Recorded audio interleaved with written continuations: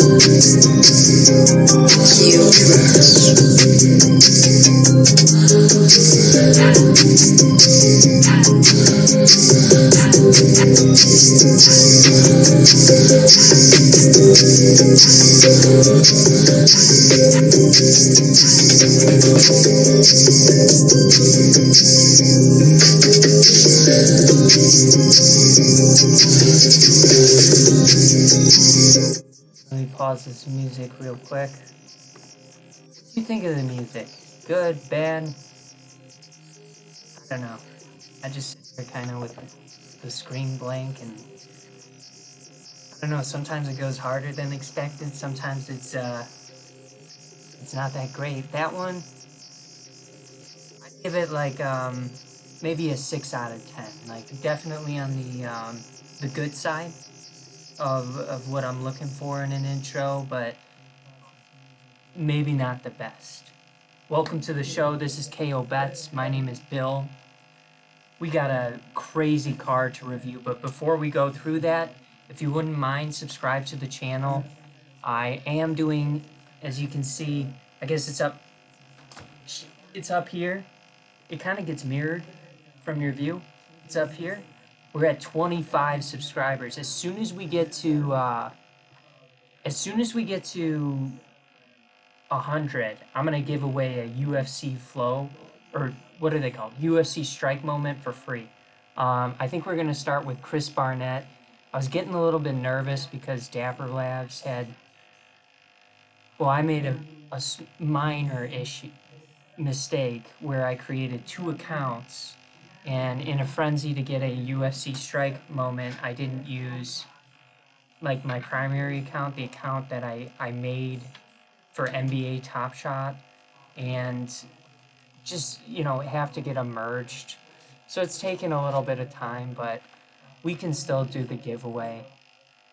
There's no reason like, they said it would take like 2 weeks. I had 25 subscribers last week.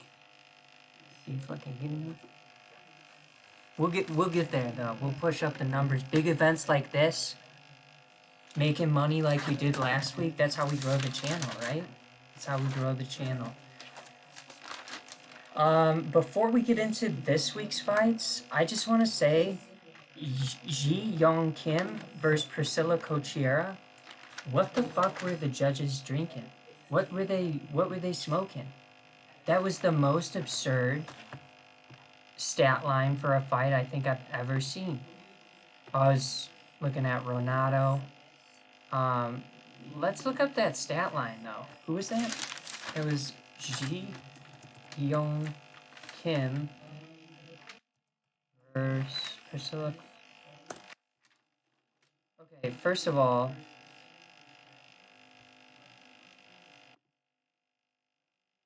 can we get a picture, maybe? Yeah. I mean, that kind of shows Priscilla's face, and it was a super entertaining fight and really good. But like judges, you gotta be better, man. There's a couple fights on this card where it's just, let's look at the stats. It's just like I'm nervous to bet on this because like who won the fight and who's gonna win the fight, but like, is that who the judges are gonna pick? I don't know. Long story short, like the output wasn't even close. Priscilla looked beat up pretty bad. And Ji Young Kim, she left it all out there. It wasn't like she was backing up the whole fight, but that's just the style of fighter Priscilla is. So be better, judges. I'm trying to make money, not get drunk like a skunk, you know?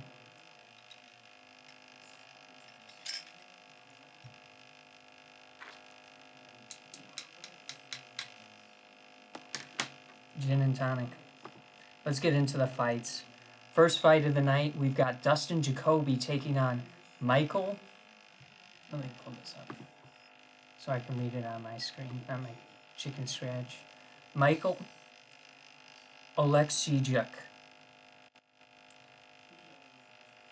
That is how you pronounce it. I got it right the first time. Dustin Jacoby, slight favorite, minus 200 odds. Michael, plus 170. Dustin 4-0 in the UFC with a draw. Michael 4-2. Stylistically, very different. Both are stand-up guys. Both have knockout prowess for sure. But what you're getting from Dustin Jacoby is maybe more of like a distanced attack. Michael's definitely more of a brawler. Is going to get stronger, in my opinion, as this fight goes on. Ultimately, like, this is a kind of tough fight to predict.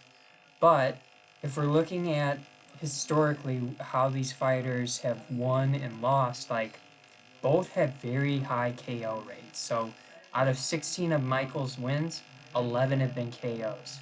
Out of 16 of Dustin's wins, 10 have been KOs. Both fighters have only been knocked out once in their careers. It's just kind of like a question of stylistically, what are the judges gonna like if this potentially does go the distance? I think there's a good possibility that it doesn't go to the distance. It is tough, two tough dudes though. if we pull up the DraftKings numbers here for fight props, so the odds makers, they think the fight's not going to go the distance. And if we're exploring the winning methods, yeah, they do favor the knockout as the most likely result. What do we think? Like, I mean, Michael's just like, I mean, Dustin's going to have to hit him hard, I think, to put away Michael. And same goes the other way. I think Dustin's going to need to be absolutely gassed, and like Michael's going to be flooring it in the third round if he's putting him away. Um, they're both good strikers. I think in a point matchup, I kind of like Dustin Jacoby. There's just something like to that fighter that's going to finish strong at the end of bouts. And I have Dustin Jacoby highlighted here as like who I'm picking on the money line. But man, this is a good fight. Good job by the matchmakers. Tough fight to predict. Yeah, if I had to go one way or the other, I guess I'm going with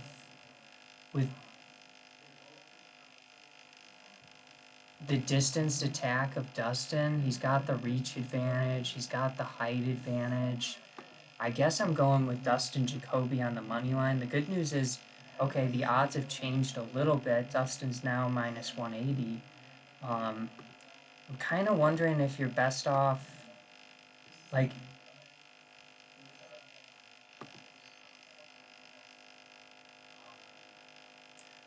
let's look at the fight parlays. Sometimes you can find an interesting bet you like in there.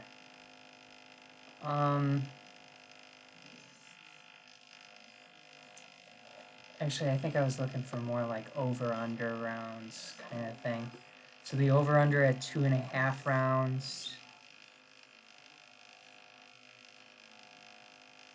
Man, I think this one might go the distance. I really do. I think these guys, like, you just got a couple of tough stand-up fighters. I kind of like this one to go the distance, and because of that, I like Dustin. But I'm gonna say there's maybe a little value on, like, yes, this fight to go the distance at plus 120. I mean, man, that feels kind of stupid, but I just don't know. Like, I think Michael's super tough. I do think Dustin might be the more skilled fighter in this, but, like, I don't know if he's putting away Michael. Interesting fight for sure. Yeah, I would love to know your thoughts on that one. Because I do think it's a very interesting fight. Next matchup, we've got Devontae Smith, 11-3, taking on Ludovic Klein, who is 17-4. This was initially supposed to be Eric Gonzalez in Ludovic's spot. Again here we've got probably a couple guys that are going to be primarily reliant upon the stand-up game. I mean, Ludovic is going to have... So, like, he looked good. He looks good, but I think he's got a little bit of some gas tank issues. I think both fighters do, to be perfectly honest. Like, gosh, if this thing goes to a decision, it might look pretty bad, like a split decision or something like that. Ludovic, he was like looking good in round 1 against Nate Landwehr, and then he ends up getting, gassing out and getting submitted in round 3. I do think we're going to have to give Devontae Smith just like overall skill set a little bit of an advantage. He even has some decent like jiu-jitsu and can avoid the takedown. So I don't predict Ludovic Klein being able to take him down throughout this match.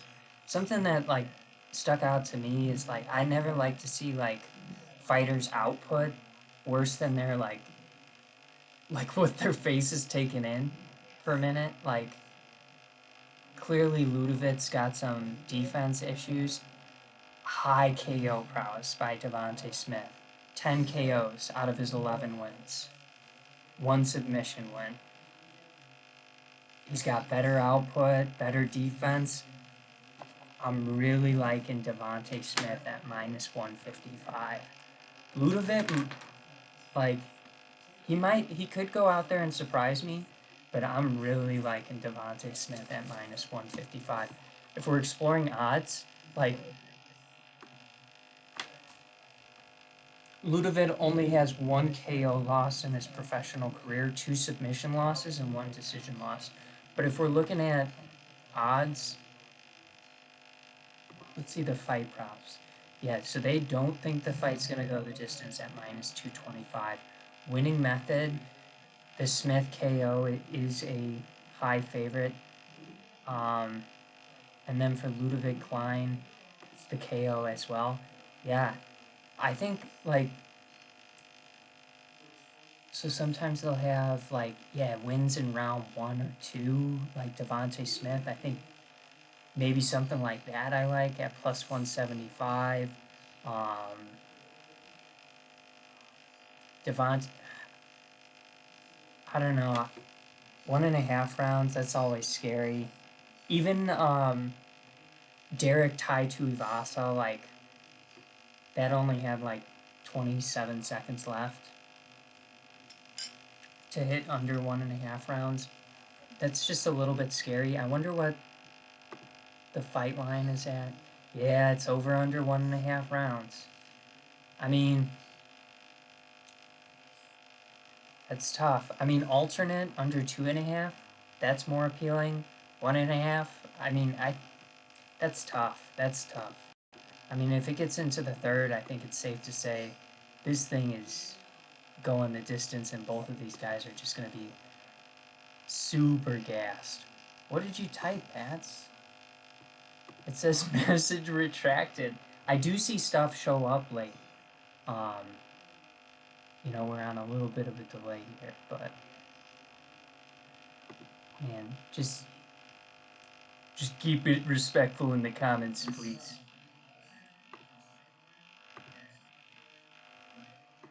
His comments like, you're on mute. That's what I honestly just checked. I was like, did I start the show on mute?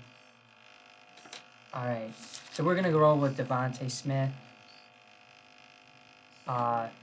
If I wasn't clear, I'm rolling with Dustin Jacoby in the first matchup, but I'm not betting on that.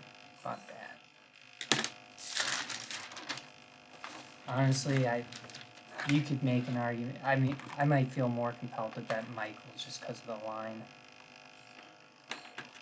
We've got Tim Elliott taking on Tagir Ulanbekov. 14-1, Ulanbekov, and Tim Elliott's 18-12-1. Veteran of the sport, really impressive resume, unorthodox, kind of poor strike defense, in my opinion. Just because he gets a little reckless, you know. I don't think it, clearly hasn't statistically been an issue for him. Yeah, this is a tough one, like, as far as predicting the result of this one. I think I'm looking, Tagir's a heavy favorite at minus 240. I think we're just ultimately looking for Tagir to take down and wrestle Tim Elliott. I mean, I wish they did, like, over-unders on total takedowns and stuff in a given match. That would be interesting, I think. I think Tagir's probably, like, his method to victory is probably taken down Tim Elliott, like, 7, 8 times in this matchup. Like, Tim Elliott's, he's a vet. I kind of expect him to be able to stand up if he does get taken down against a guy like Tagir Ulanbekov, but, you know, ultimately you gotta like Tagir and his wrestling domination, and like the things Tim Elliott's good at, like he's a very good jiu-jitsu artist in his own right. He's got 6 submission wins in his career. He's also got 5 submission losses. That's so weird. You see that with a few guys like Brian Kelleher. He's got a lot of sub wins, a lot of sub losses. Um, there is another on here. Maybe I'll point him out if I remember. People do like this fight to go the distance.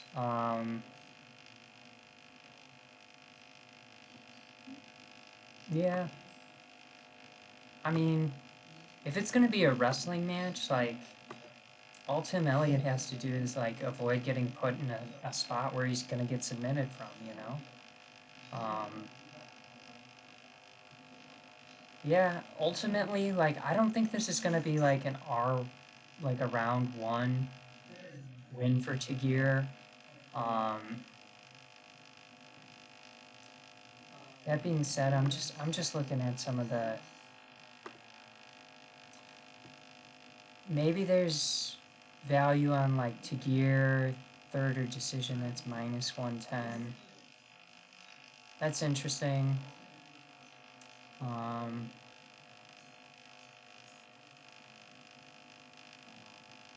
yeah, maybe that Tagir Ulanbekov to win in round three or decision. That's kind of interesting. Tagir and over 1.5. Let's see if they have that. Minus 135. That's interesting to me. You just hope, you know, Tim Elliott's, he's crafty and you just gotta respect him. Like, he is a vet. We saw, like, 2 weeks ago, Jim Miller. Who did he beat? Sometimes these old men. Oh, Nicholas Mata. Just fucking dusted him, I think, round two or something. You know, sometimes the old dudes, they're just like, I'm not backing up, and they throw that H bomb. All right, next fight we've got Brian Kelleher taking on Umar Nurmagomedov. Um,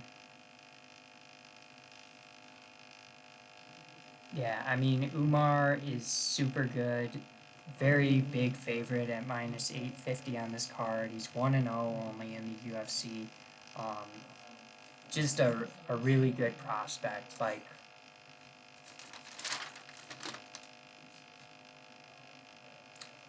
yeah, I mean, I think it's safe to say he's the first fighter on this card that, like, probably is gonna, we'll probably see him in the title picture.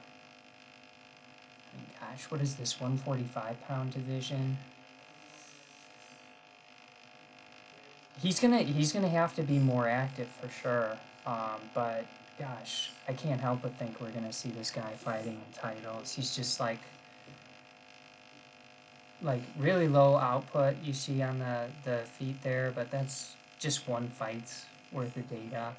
Um, or maybe it's more than one. I don't know. He's got decent stand up compared to his cousin. Um, yeah, he's definitely more than just a wrestler. That being said, against a guy like Brian Kelleher, who I just overall enjoy watching Brian Kelleher fight. Um, there's several fighters in the UFC. I mean, there's more than several, but you got a weird nose going on. This is only his second fight. What is this? Yeah, this is only Umar's second fight in the UFC. I mean, honestly, like Brian Kelleher, he's just. Oh, you're saying I got a weird noise going on. Let me turn this down. Hey, thanks for pointing that out. My mom actually pointed that out to me. Um, as soon as this catches up, let me know if just turning down my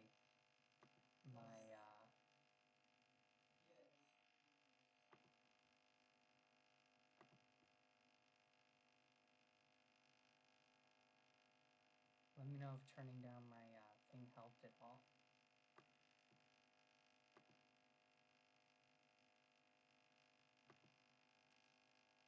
Sorry about that weird noise. That's something my mom complained about. You know what I think it is? Is because I keep my mic filter up really high, so I think there's this like constant perpetuating noise that goes on in the background, and I apologize for that. Holy fuck, it's hot up here. Sweating. Sounds like a busted radiator. Dude, I think that's what it is. I think it's the... I mean, hopefully it sounds better now. Does it?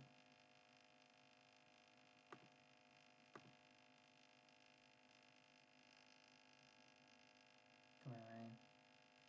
Come on, Ryan.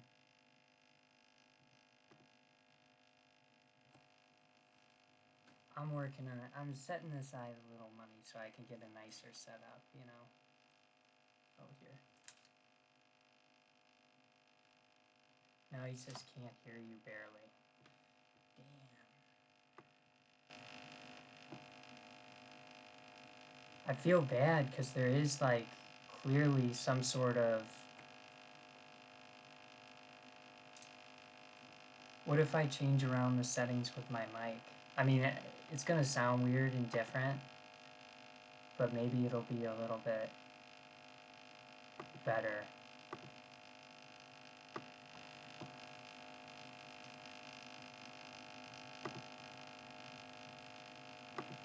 It's like a weird radiator. You know what it is?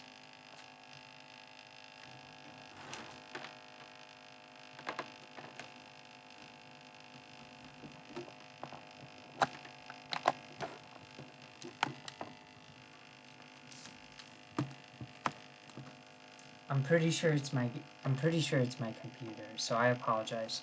The good news is I won't... I'll have something new put together probably within a month or so. I got this friend who lives in... I can't say where, but his name is Pie and Rats, and he's gonna buy me a whole new gaming computer.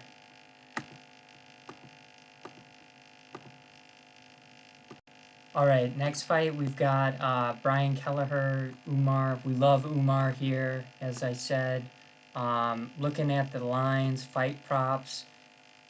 Yeah, I mean, is the fight gonna go the distance? I think there's a strong possibility Umar's gonna have to win this one via decision. Like, I don't know if he's gonna be able to sink that submission attempt.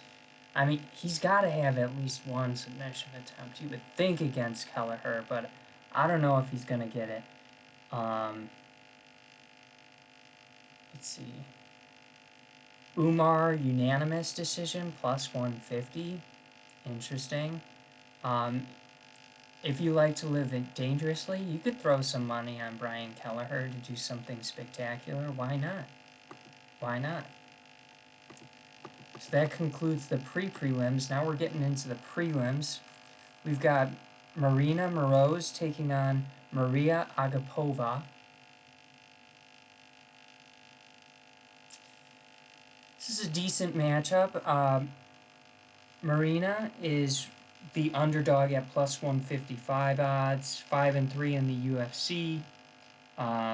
She's a nice boxer. Maria Agapova, minus 180 favorite, 2-1 in the UFC. In my opinion, a better boxer than Marina. Holy shit, Marina's from Ukraine. And Maria's from Kazakhstan? Dang. I don't know why I just made it about that, but I did it. Moving on. Ultimately, I just think Maria Agapova is the stronger striker. Like, her strikes are gonna be way, way more powerful, in my opinion. Oh, Kelleher sub.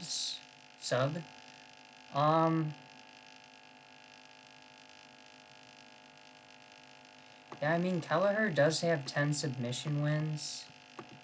I think if we're looking... Sorry, let me just go back to that screen. I think if we're looking at...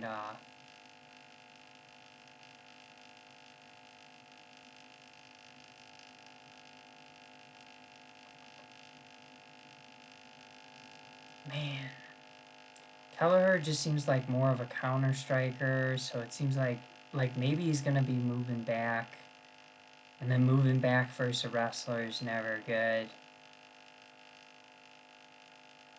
I don't know, man. I don't think he can...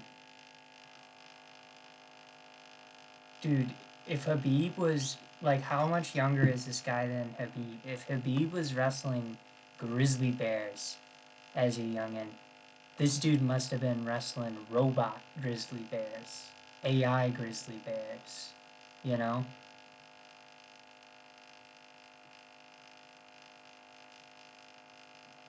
Bears with... Bears with exoskeletons around them, like Iron Man. Maria Agapova, don't... I mean...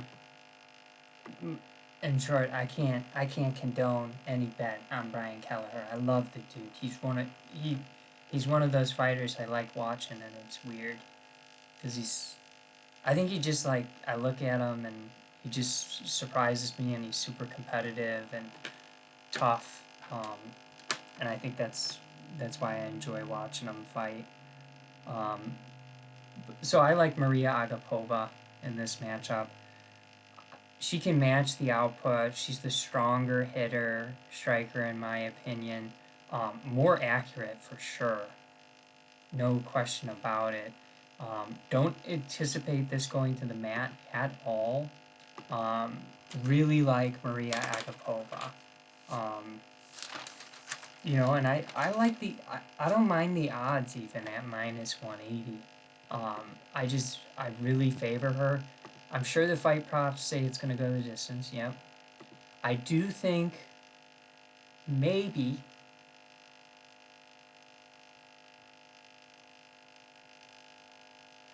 So what happened in her last fight? She can club and sub you, you know? She can knock you down, and then I think she went for the submission attempt and ended up winning her last matchup, Agapova.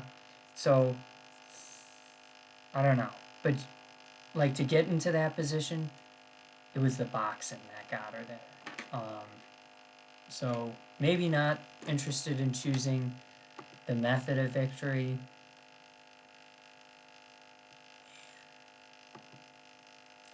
Not interested in really doing over-under.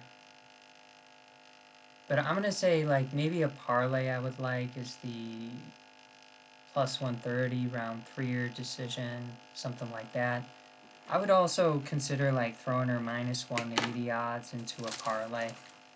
I feel pretty confident about her ability to win this fight tomorrow.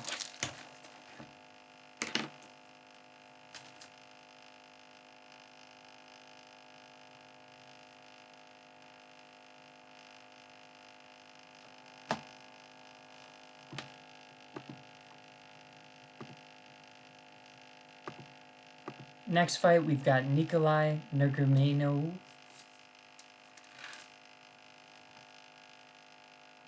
I said a word I shouldn't have somewhere in there. Kennedy Zachukwa. So Kennedy and Nikolai, we're going to call him. Nikolai's 11-1, Kennedy's 9-2 in the UFC.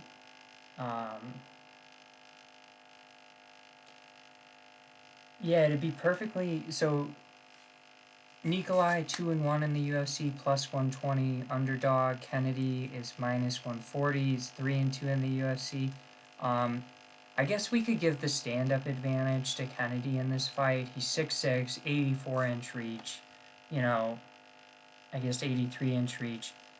7 inches on the legs. Extra inches on the legs.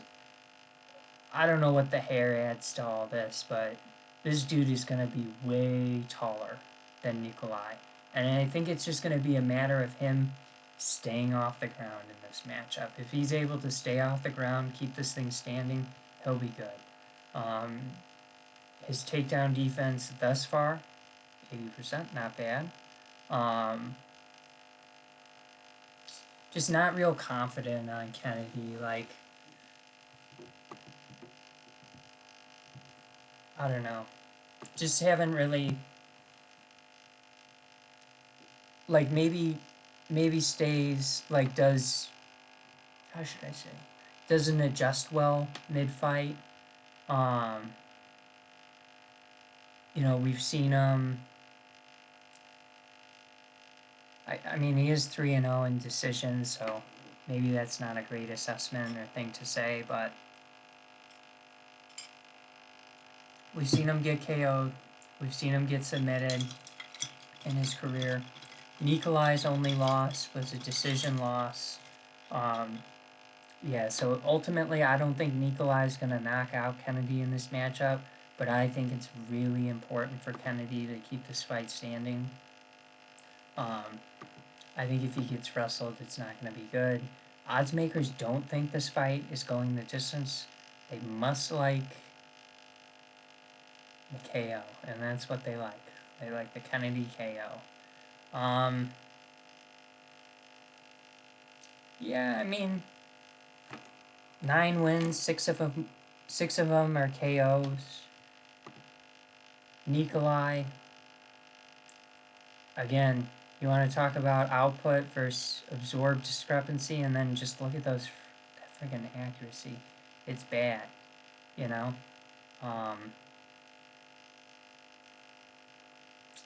Yeah, I don't know who I really like in this matchup.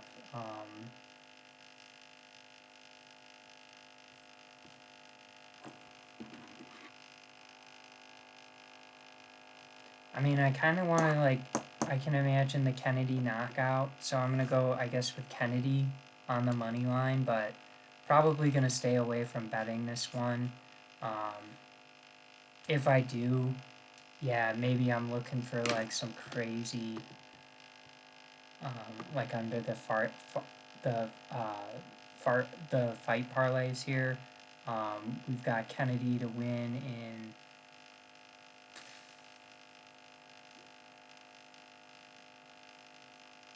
Nah. Nah. I don't know. Over under round and a half? Gosh.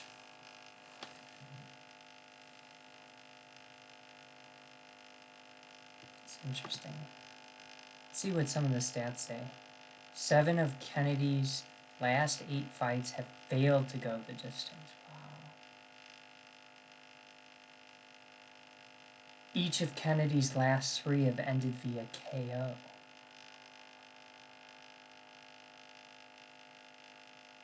This next one's stupid. He's 11-1.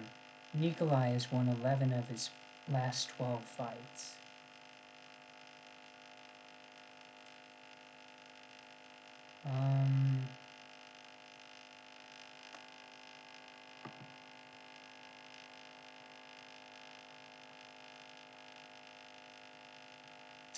Yeah, I mean, I don't think Nikolai's Paul Craig. I don't think we're going to see him, like, implement the grappling approach that well.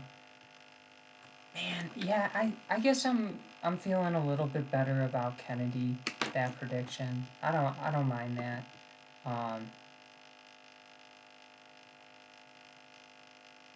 The Ukrainian girl looked fierce and angry.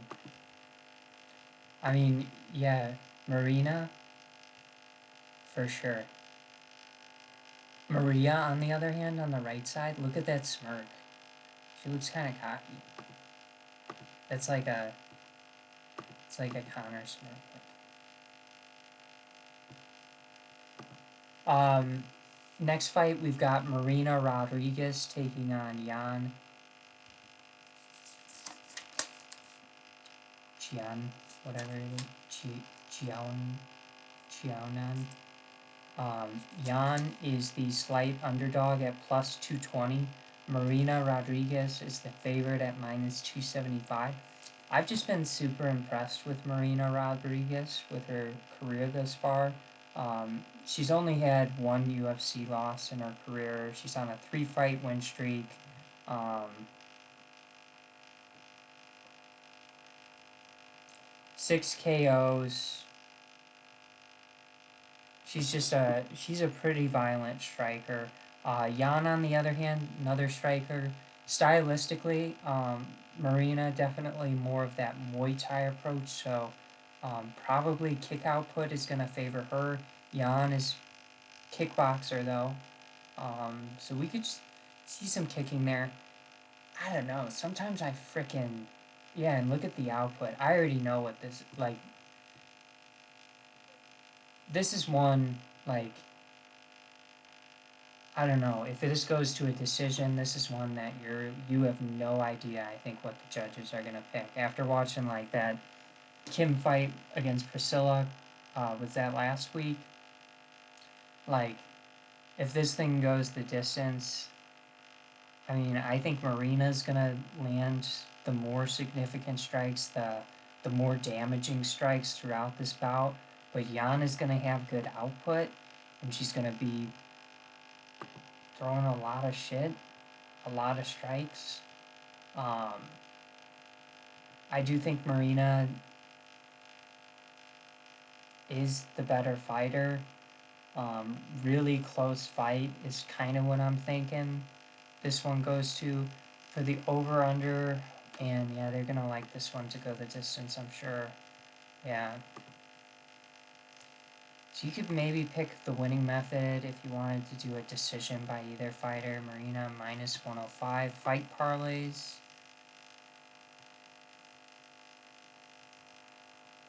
Yeah, it's gonna be tough to find, I think, value on Marina in these fight lines, to be honest. But there are better odds in there. I do like her a lot. Um, Tough opponent though. I don't think Marina's now. Did I see that right? She was now minus 290. I don't know about that, but um, I'll favor Marina decision. Is there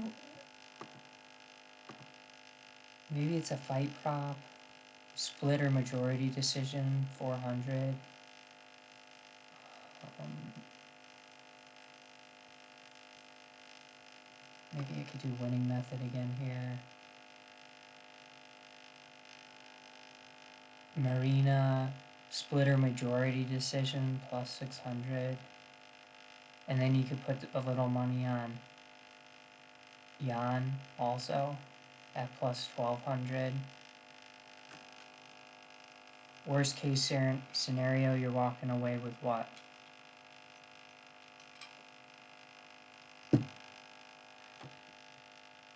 Plus 300 or plus 600 odds respectively if you're betting on both. Interesting. I don't think I did the math right there. Jalen Turner taking on Jamie Malarkey. Jalen Turner, slight favorite, minus 150.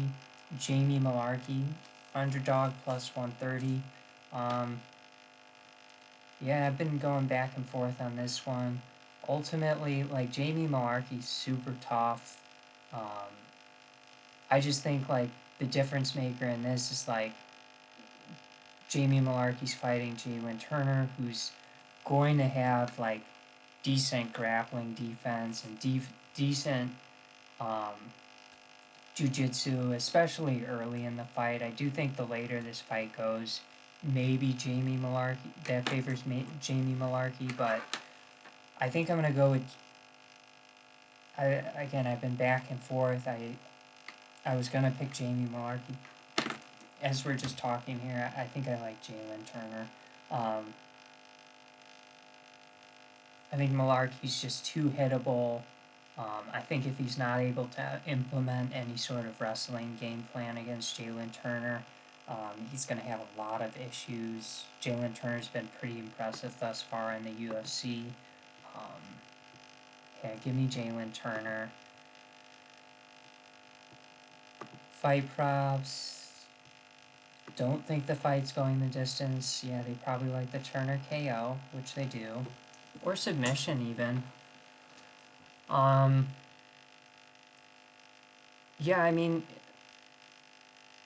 Jamie Malarkey's tough, you know? I don't know if Jalen Turner's going to be able to knock him out. I think at minus 150 odds, maybe not putting him in either one of these fighters in a parlay, but I like to do a round robin with every single fight on the card. It's so stupid. Even the fights where I'm like, I'm not betting on this one. It's like, you are. You are, because you love this shit, you know?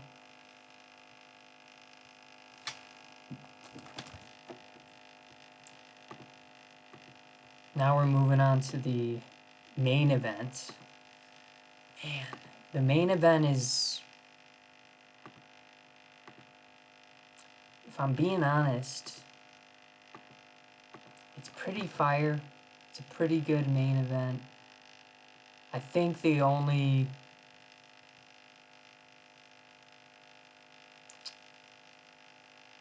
this is maybe, this one and the co-main are like tough predictions for me to make. Sergey Spivak taking on Greg Hardy. Sergey's the more well-rounded fighter in this. He's the favorite, minus 195. Hardy, 2-fight losing streak, is heading in as the underdog, plus 165. Ultimately, man,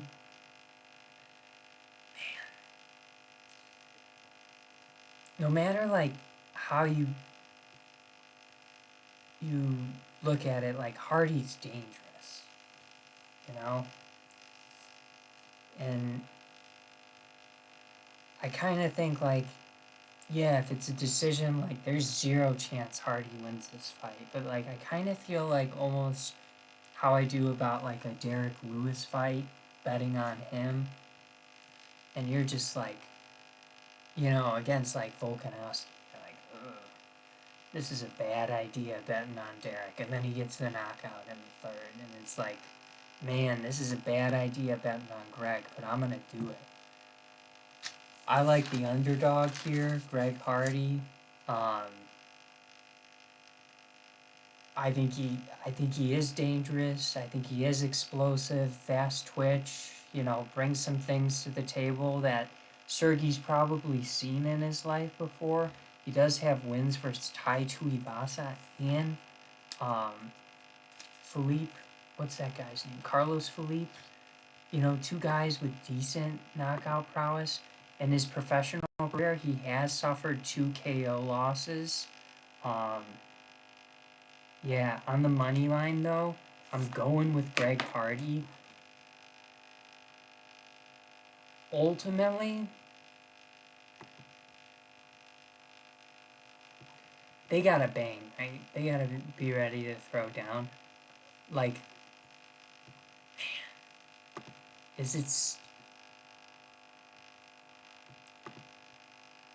I mean, so decision and KO is same odds for Sergey Spivak. Greg Hardy, the KO is the more favorable odd. If we're looking at fight props, that's when there's no chance they like this to go the distance. Yeah, minus 225.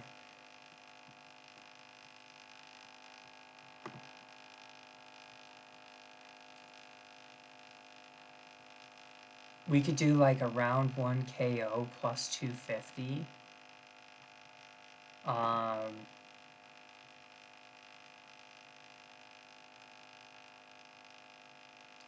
Over-unders at 1.5. Man. So with that plus 250 first round KO, we could hedge. Could we hedge a like over 1.5 round bet with that? Like, what would it even be worth it? Is what I'm thinking. Let me see that. This is something maybe it would be prudent for me to like practice a little bit, but I know I'm not gonna do that.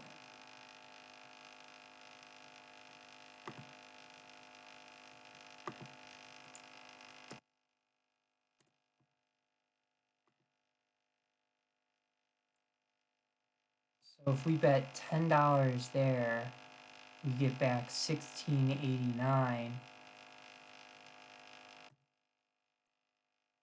I was gonna say.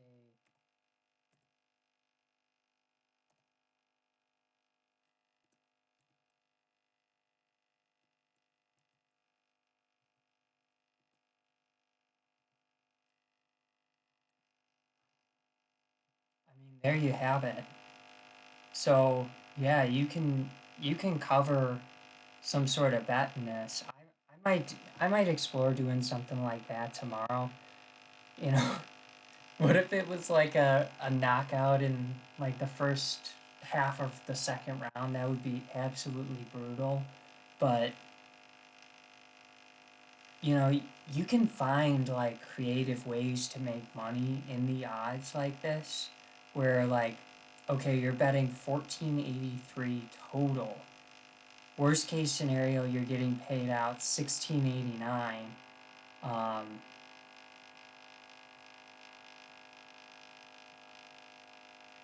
Sorry, worst case scenario, you're getting zero and you're losing your money.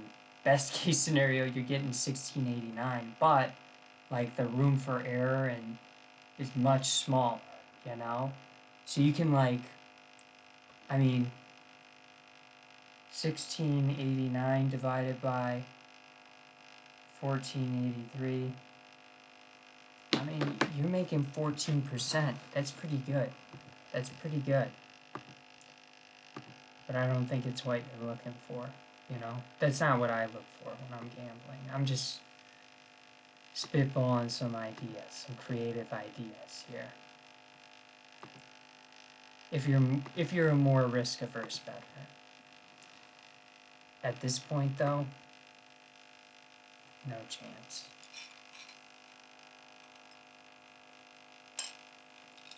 Let's go, Greg Hardy. Kevin Holland taking on Alex Oliveira. Kevin Holland minus 400 odds as a favorite. Alex Oliveira plus 300. Oliveira's on a 3-fight losing streak. Kevin Holland's on a 2-fight losing streak with a no contest. Also, I really like Kevin Holland. I think this is going to be a more favorable matchup. Alex Oliveira is not Derek Brunson. He's not Kyle Dawkins. I don't think he. I think he is a dangerous, obviously, rear naked choke artist, but you know, for a guy who carries that reputation, he only has 5 submissions. Only 5.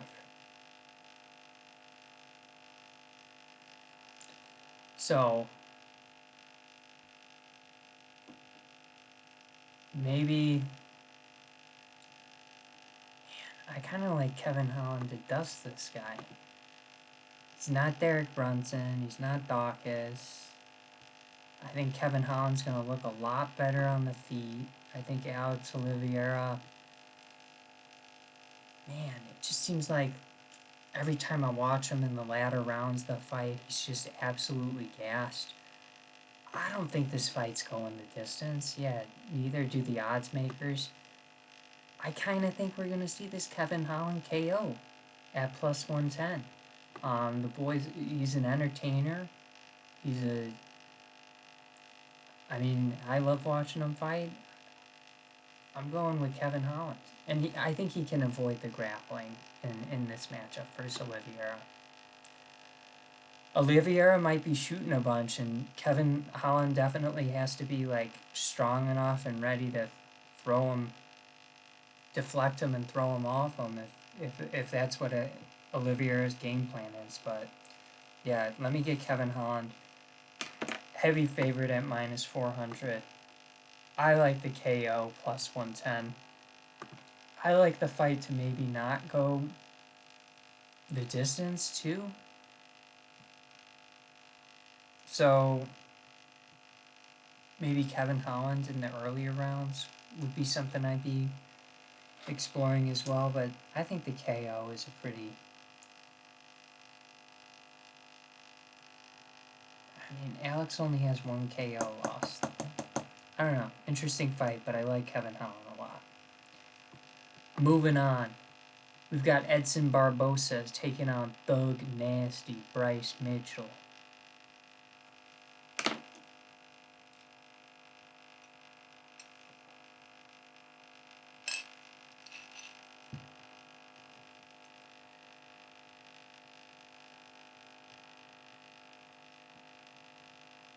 If you're judging them without their shirts on, you know, Edson looks really good. But Bryce Mitchell, he's obviously really good at what he does, and what he does is he submits people. He's a super strong wrestler, super strong grappler, 5-0 in the UFC, untested, unchallenged thus far. 14-0 in his professional career. I do think he needs... So we've seen Edson Barbosa face Habib. I'm not saying Bryce is Habib, but we've also seen Edson Barbosa lose via ground and pound to Kevin Lee. Like, I think Bryce Mitchell can wrestle this guy down. You just can't get clipped by like a spinning heel kick as he's walking in. Barbosa's a dangerous striker. Probably gonna hold the stand-up advantage in this fight. To be honest, if I'm looking at Bryce Mitchell's career, like, this might be... I mean, it's gonna be his biggest stand-up test, but like... so there was Feely. Feely's a decent stand-up artist. Rosa's more of jiu-jitsu guy. Yeah, so... I don't know. This is for sure gonna be his most difficult stand-up opponent. You know, I just think at like a certain level, like it's tough for strikers to compete with some of these grapplers, these guys who are super proficient at grappling, and I think that's Thug Nasty, the definition. So we're gonna go with Bryce Mitchell. Let's look at some of the lines, explore some of those. If we're looking historically at these fighters, Bryce Mitchell's minus 155 is the favorite, by the way. Barbosa's got 2 career submission losses, 4 career KO losses, 4 decision losses. Just exploring, you know, how Bryce is going to get to this victory. They're going to like the submission, yeah. 9 of Bryce's 14 wins have come via submission. I mean, he's gonna grapple. He's gonna wrestle. So, I don't know. I think maybe like Bryce to win and over a round and a half. Like that sounds pretty decent. To land the most takedowns and win the fight. Bryce Mitchell's minus... This is what I'm talking about. You just get these like random fight parlays. Bryce Mitchell minus 135. That's not... I mean, I guess if you want to hedge your... that's not bad. You're getting like a little better odds over minus 155. So that's not bad. Like Bryce Mitchell in this. Probably like, you know, more of a later finish to the fight. Like, trying to think back on the Kevin Lee fight for Edson. I know he went to a decision, I think, versus Habib. So, you know, he's got the capacity to hang in there. For sure. For sure he does.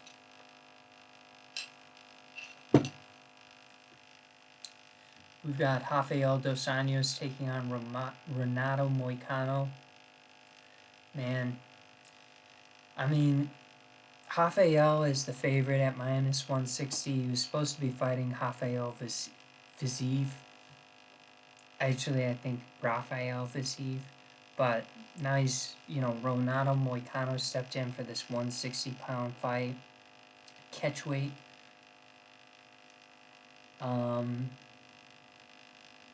Yeah, I mean, Dos Anjos, he's not been good in his latest fights. He got the split decision win versus Paul Felder. But I mean, he may have lost like 5 out of his last 7 or something like that. And he's definitely struggling at this point in his career. I've never seen a better Eddie Alvarez in my life than I saw versus Rafael dos Anjos.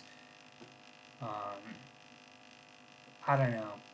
I just think Renato Moicano is in a different position and point in his career, and I favor the underdog here because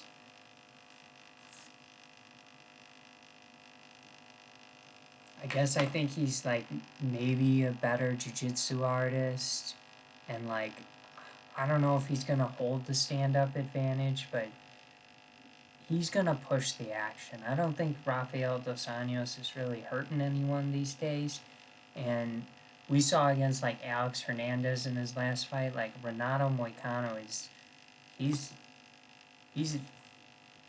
a good fighter. It's a tough fight to predict, like the outcome. In my opinion, it's gonna be a decision, and I think that's gonna be like. I think it's gonna be a tough fight for Dos Anjos to win. Like, why am I saying this? Like, he's stepping in on short notice, Moicano. Why? I just like Moicano for some reason. I liked Viziev heading into the fight. I don't know. I just don't have a lot of faith in Rafael dos Anjos at this point in his career. The odds makers don't think the fight's going to go the distance. Yeah, I mean, we could potentially see like Dos Anjos just outclass him on the feet. I'm trying to think back on the Paul Felder fight. Like, there was no threat of a takedown in that fight. If we're looking at these two, like Renato Moicano, I think it would be wise for him to like hurt Rafael dos Anjos and then go in and immediately like grapple with him. Like I just don't know on short notice where Renato Moicano is at with his conditioning. He fought in February last time. The last time he fought was February.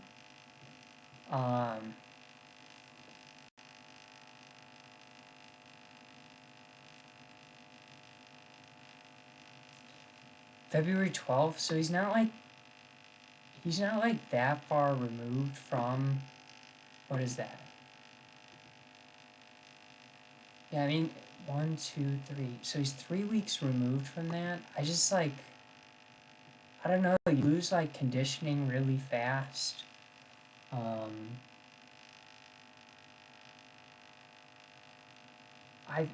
But I think he's close enough to have that fight camp where he'll probably be good. I'm just going with the underdog. I don't need to talk you guys into it, but I'm going with the underdog. I just think he's a little better. His output's a little better. I don't know. Maybe a stupid pick, but I kind of like him. Honestly, I can't see myself betting on that fight. I can't even decide if I think it's going to be.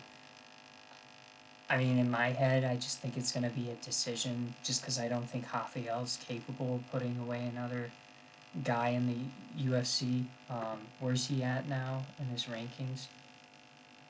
Number 6. Okay.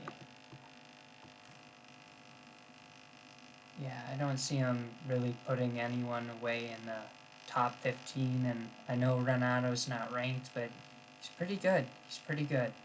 And stylistically, very similar. So, um, it'll be an interesting fight.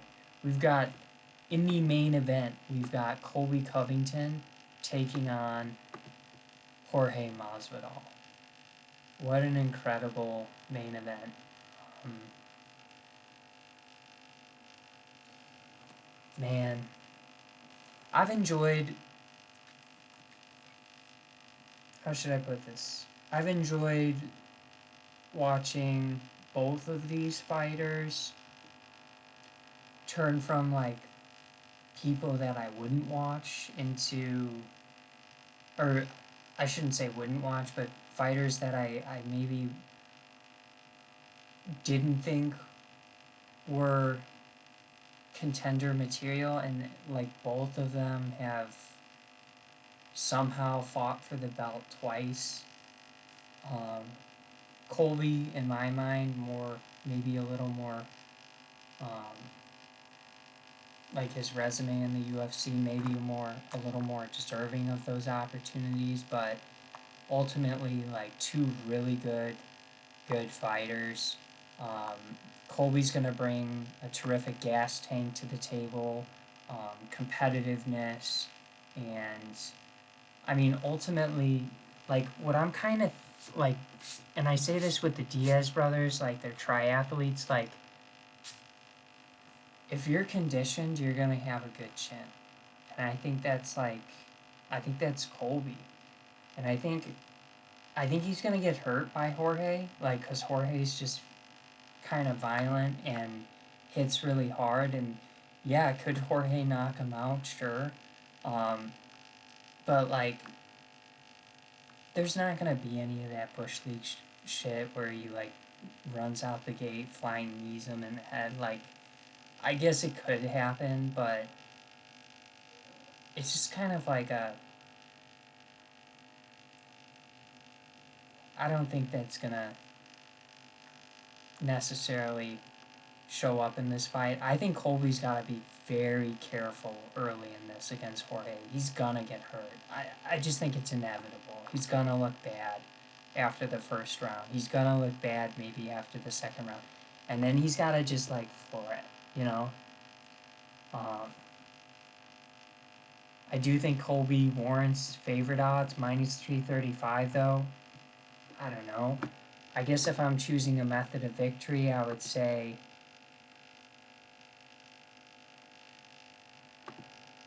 in this one,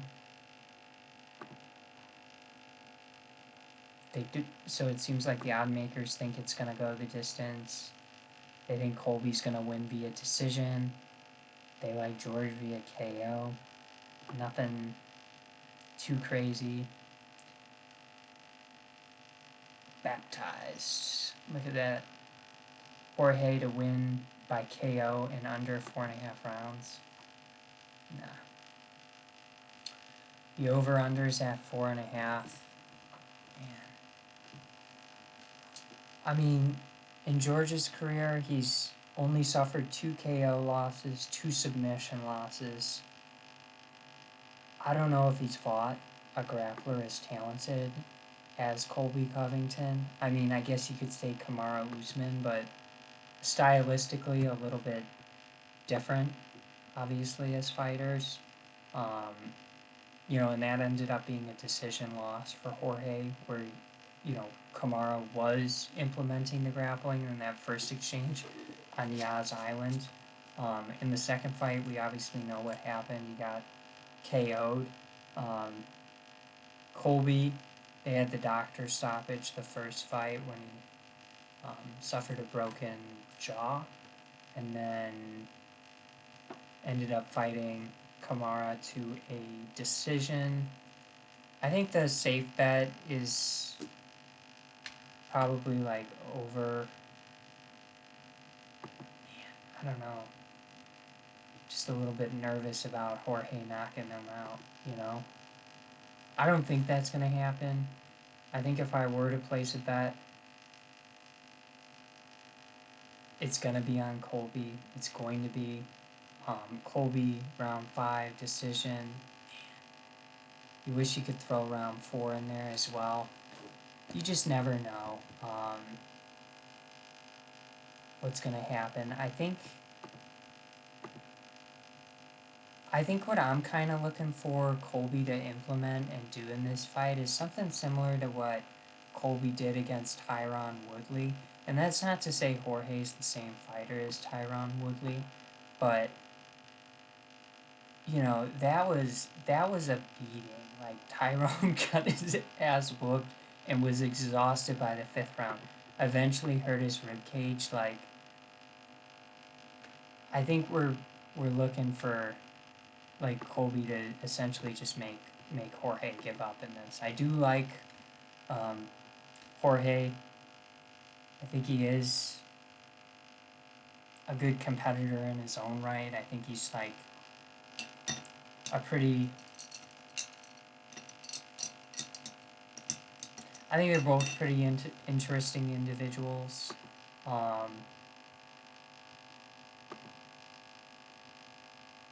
Yeah, I don't know.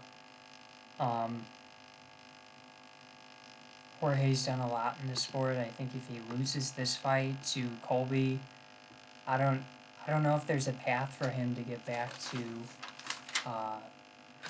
you know, the title picture. I really don't. Honestly, what I'd love to see Colby do from here is, like, he's clearly got a...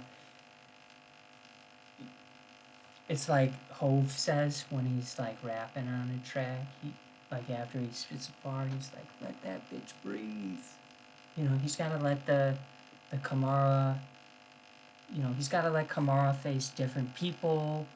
Maybe Kamara leaves, you know, early retirement, something like that. You know, he's gotta maybe search for some money-making opportunities, because I don't think Kamaru presents that. I think Jorge does. I think Dustin Poirier does. I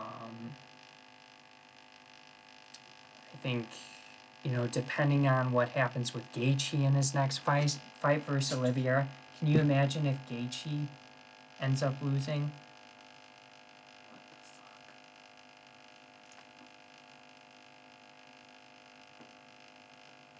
Oh, I thought I was looking at my hands. I thought I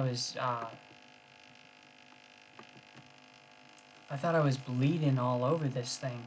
It was just my little marker underneath it. It was the cap was off. I thought I was bleeding or something like that. But yeah, ultimately I just think... Oh, I was saying Gaethje.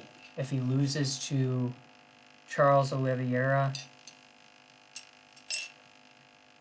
what's Gaethje gonna do? He'll probably... I mean, that'd be interesting, like a Conor or a Conor McGregor or Colby Covington. Like, dude, freaking Gaethje didn't seem to like Colby.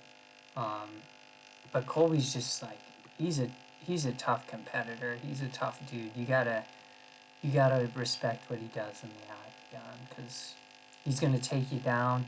Like, he's gonna take you down and he's just gonna ground and pound you, and he's gonna push your gas tank. You're not gonna be able to put him away.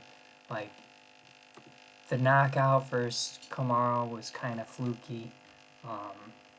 He clearly wanted to keep going, but they called the fight for some reason.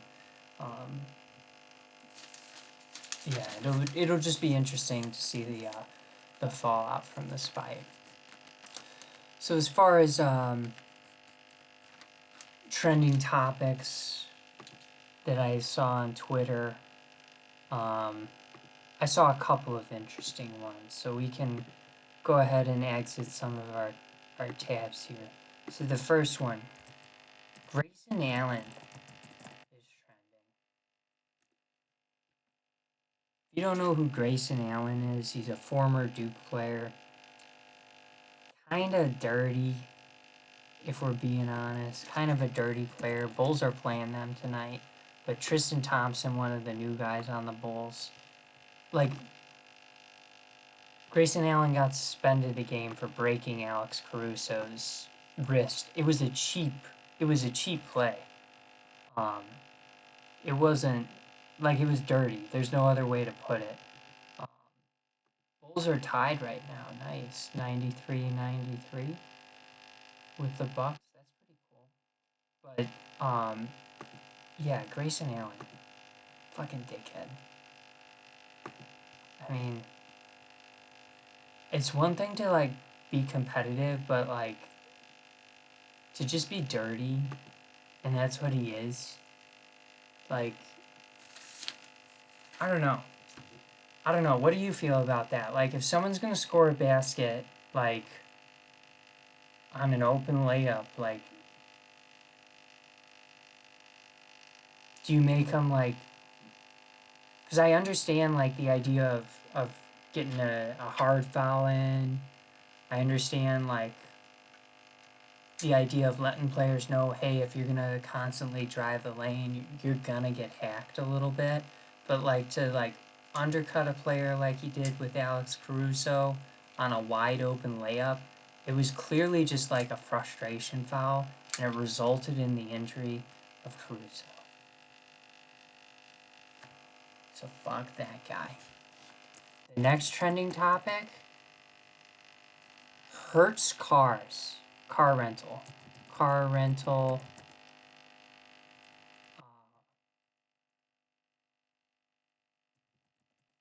False charges. Let's look at this.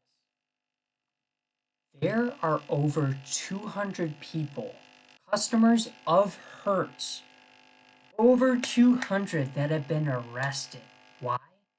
Because Hertz has falsely accused them of stealing vehicles. 220 people who argue about, yeah, it's like an internal theft program. The car renter has demanded the data on how many theft reports it files every year be blocked out of court papers to prevent rivals from using this information to tarnish Hertz' reputation. Hertz? Oh my gosh, can you imagine? And they were jailed.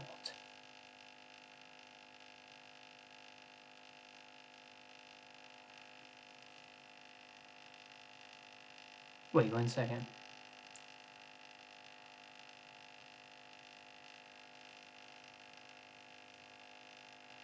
So the false arrest claims often involve long-term rentals, some set up directly by customers, other through auto insurance company, according to the court documents.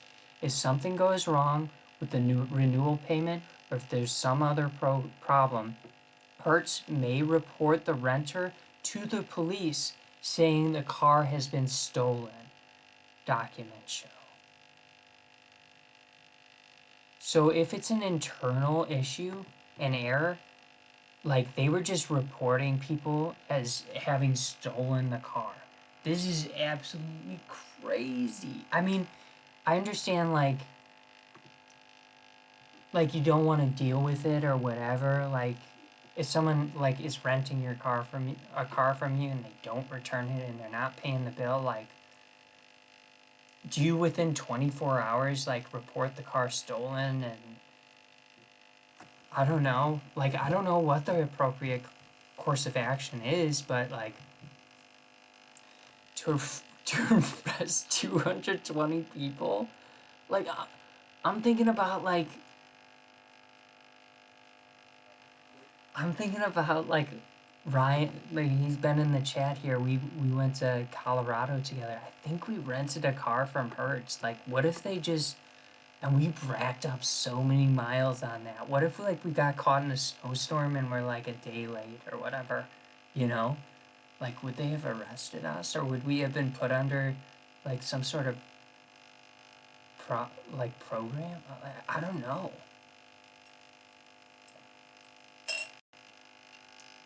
A vast majority of the cases involve renters who were weeks or months overdue in returns, and authorities are brought in only after exhaustive attempts to reach a customer.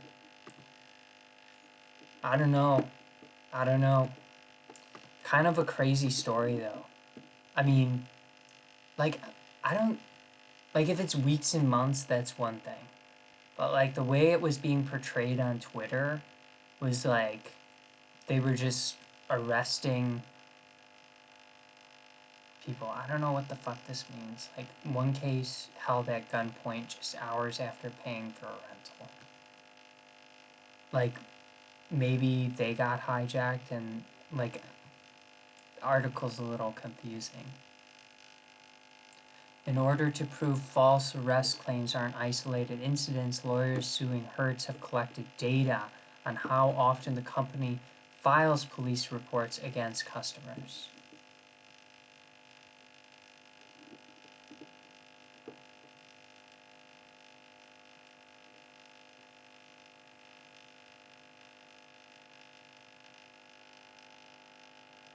So yeah, Hertz did go through a Chapter 11 reorganization, so, damn. Yeah, this could be very detrimental to their business. I know, like, Tom Brady recently signed on as an ambassador of Hertz, and they added, like, Teslas to their fleet. That was, like, their new fucking,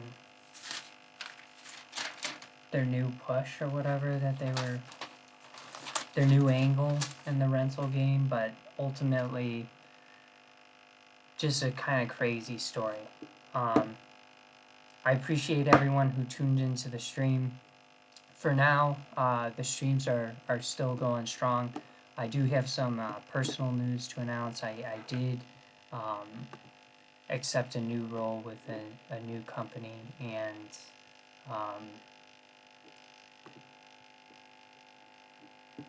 I want to continue to do KO bets. I'm having a lot of fun doing it. I mean, it'd be nice to, like, maybe for myself, if I put a little more effort into growing the brand and growing the channel out a little bit,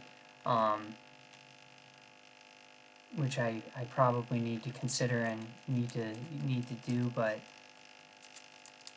yeah, I'm starting a new opportunity with a new company. I'm very excited about it, and yeah, I mean, it might just be I'm starting up at the end of March. It just might be a lot to settle into.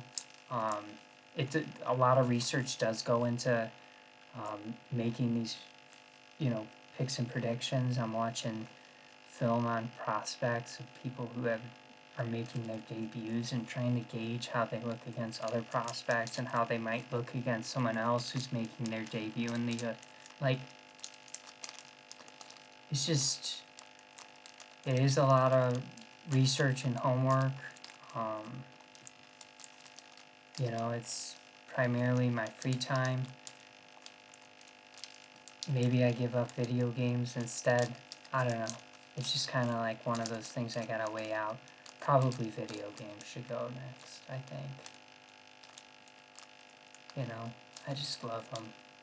I love them, but I'm 29. Like, I'm playing Call of Duty. I'm, like, looking at the new Horizon game and the new Elden Rings game, and I'm like, man, I kind of want to get these, but I know it's a bad idea, so I think ultimately I'm going to just, I don't know, we'll keep you in the loop, for sure. Definitely excited for what lies ahead for myself, and yeah, just don't want to overdo it and get stressed out, like, maybe I only do pay-per-views, something like that as I'm getting settled into the new role. I don't know, it's just stuff to weigh out, and as I try and grow the channel, I just appreciate all the support you give me. If you want to tell someone else about it, I appreciate that too. Word of mouth. It's, I mean, it can do wonders, obviously, for people. If you wouldn't mind, you could subscribe to the channel if you like this kind of content.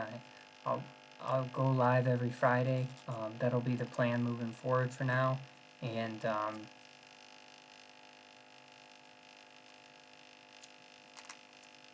other than that, I think we just gotta open up the club. And happy Friday, everyone. Hope you have wonderful weekends. No more football. Baseball suspended. Yeah, I think we just got UFC going on for the foreseeable future. Maybe like when we get to, I'm a big NBA fan, so maybe once we get to like the NBA playoffs, we can talk about like season, like series as a whole. I don't want to do individual games, but series as a whole. We could talk about something like that. We could talk. I got a buddy who's super into NASCAR. If you guys like NASCAR, I could bring him on. We could talk about NASCAR, golf.